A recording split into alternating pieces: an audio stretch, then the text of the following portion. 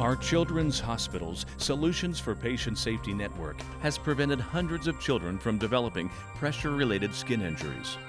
We have compelling evidence that shows if we reliably implement our SPS prevention bundles, we will prevent harm to our patients, and we are committed to doing just that.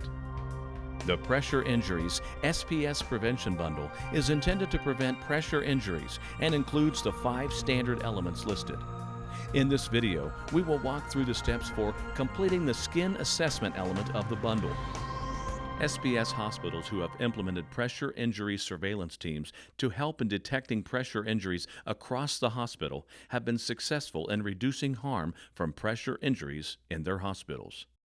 First, clean your hands with soap and water or use alcohol-based hand sanitizer. Next, put on non-sterile gloves. After putting on the gloves, assess the patient's skin from head to toe and front to back. Make sure you are attentive to pressure points, including occiput, elbows, sacrum, hips, and heels. You should perform and document a thorough skin assessment during each shift. Your assessment should occur in a well-lit environment to allow optimal inspection of the skin. Next, assess the skin beneath the pulse ox probe and rotate the site. After that, assess the skin beneath the respiratory device.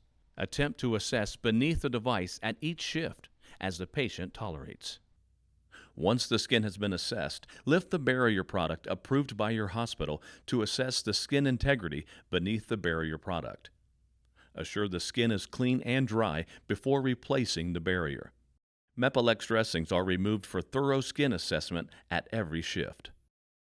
Next, replace the patient's barrier dressing and the mask on their face.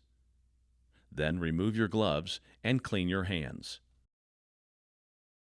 Finally, complete and document the pressure injury risk assessment.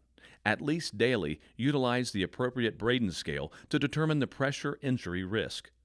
Daily risk assessment provides the opportunity to adjust prevention interventions based on changes in the patient's clinical condition. SPS recommends completing the skin assessment at least every 24 hours, but our experts agree that best practices include assessments at every shift change, every 4 hours in perfusion-compromised patients, at the end of surgical cases lasting 4 hours or more, and/or on arrival to the recovery room or the ICU.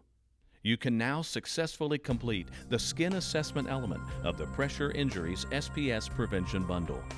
If you reliably implement these best practices, children at your hospital will be saved from harm.